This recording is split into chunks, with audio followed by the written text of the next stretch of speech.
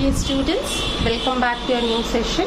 So yesterday I discussed about gametogenesis, oogenesis, spermatogenesis, what is a spermatozoa, all those topics I have discussed in embryology.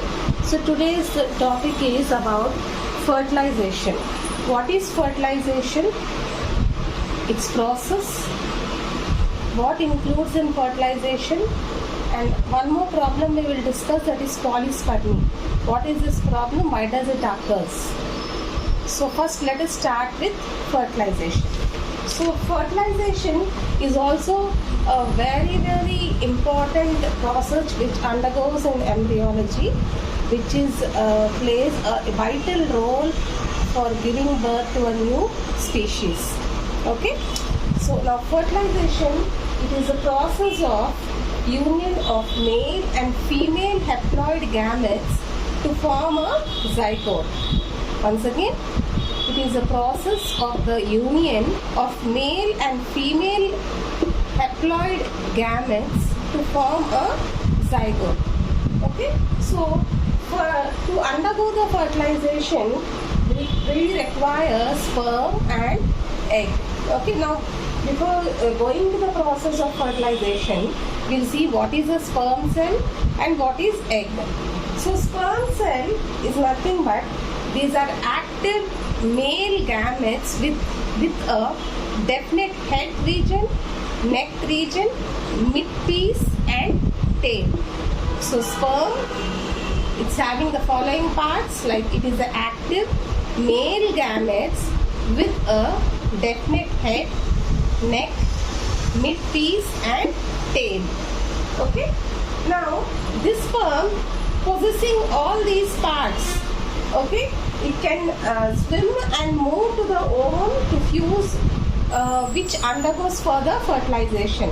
The sperm cell, with the help of the tail and its body features, it can swim very fast and move to the ovum to fuse, which causes fertilization. Okay. Here, next we'll see about egg. Egg consists of a nucleus, you see here, nucleus, cell membrane, vitelline envelope. Vitelline envelope is also called as zona pellucida. Okay, cortex, cortical granules and also jelly-like yolk egg consists of. So, egg, when it consists all these factors, is called a complete egg, which is ready to fuse with the sperm. Okay, which is ready to fuse with the sperm. Okay. Now we'll see sperm and egg, how these two together undergo the process of fertilization. For example, if we see in case of an if you see in case of mammals, okay, in case of mammals, if you see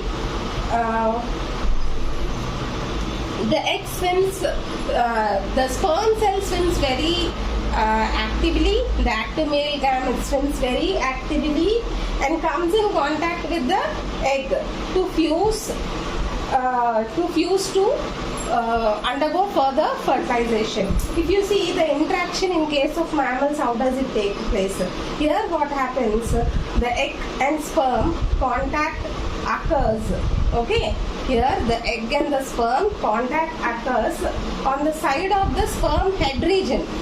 Where the sperm head region is there the contact takes place. Okay, it fuses. The head region comes and fuses with the egg. The head region of the sperm comes and fuses with the egg. Okay, and then further fertilization takes place, and further what are the activities should be taken place, it combines with it. So in combining, there are number of activities taking place which combine with the proteins, with the granules, and also this tail of the sperm cells help to swim very actively and come in contact with the egg. After fusing, all the protein content will react further, and further it helps to develop into the active, that means the ovum, it forms into a zygote. Further it forms into a healthy zygote. Okay. Now this is about fertilization. If you see if you see the process, what happens finally when the sperm comes and reaches the egg, there what happens, then their encapsulation takes place. That means it comes in contact with the egg, it comes to fuse with the egg to undergo fertilization. That is the first step. Then later, if this the sperm then comes and fuses with the egg, comes and act with the Wittlein envelope, granules what is present, cell membrane and the jelly-like yolk substance, further to form into, further to undergo the process of fertilization. That means it tries to first reach the Wittlein envelope, that is also called as zona pellucida. This Wittlein envelope will be in 3 layers, that is zona 1, 2, 3. That means zona pellucida 1, zona pellucida 2, zona pellucida 3. It has to undergo so many layers and then it comes and forms into a healthy zygote. Okay, now this is about fertilization. Okay, after that, after fusion, then ovulation takes place in the egg. Okay, so after binding the sperm with the egg, then ovulation takes place. Now coming to this a serious problem that is called as polyspermy. What is this polyspermy? Why does it occurs? What is the problem we are going to see now? Poly means many, as we know. Okay, polyspermy is a problem when occurs because it results in an irregular number of chromosomes. Okay, chromosomes and many centrioles and also multiple divisions it takes place. When this happens, when an irregular number of chromosomes exist and there are many centrioles and many multiple unusual divisions takes place, then this polyspermy takes place. This is a serious problem, and this is like experimentally it has been prevented. Example they have took in case of sea urchins. They have taken sea urchins. How they have, that means they have observed this polyspermy in sea urchins, and 2 mechanisms they have discovered to prevent polyspermy in sea urchins. Okay, so what they did to prevent polyspermy, because polyspermy means if it happens to like it is a many sperm, then the zygote may result in mentally retarded or some other problem for the baby, or the young ones may be with some other problems if polyspermy takes place. Okay, so that is the reason they have discovered 2 mechanisms to prevent polyspermy in sea urchins. What are the 2 mechanisms we'll see? That is fast block method. That is what they did, they blocked the elevation of the egg cell membrane without causing any ions to that means any lot of that means they have taken care by blocking what they prevented is that irregular number of chromosomes they could have prevented. That is fast block method.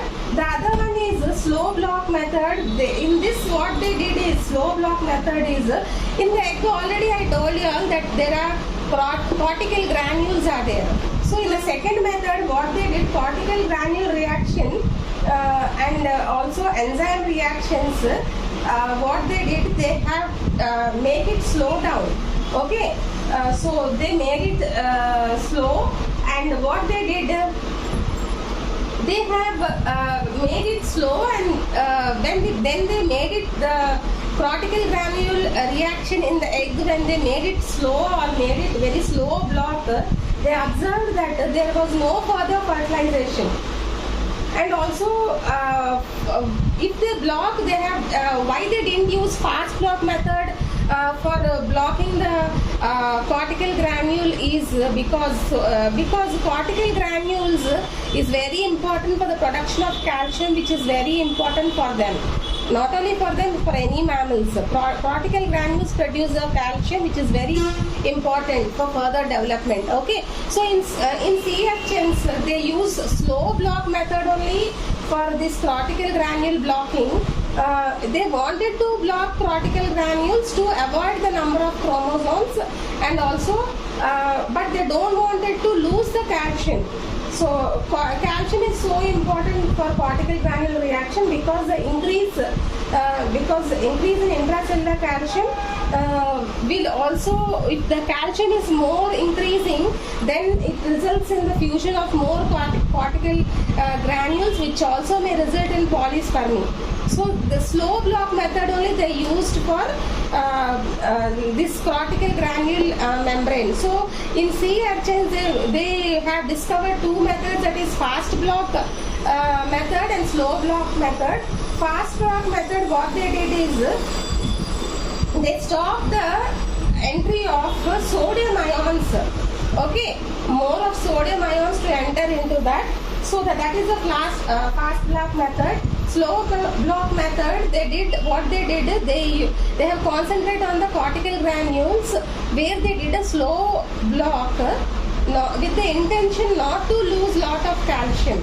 Okay, so like that, if certain precautions are taken, then polyspermy can be prevented. If polyspermy is not prevented, then it results in irregular number of chromosomes, and the zygote may be of multiple disorders or any other problems it will result. Okay, so please go through this video and make a note of it. Thank you.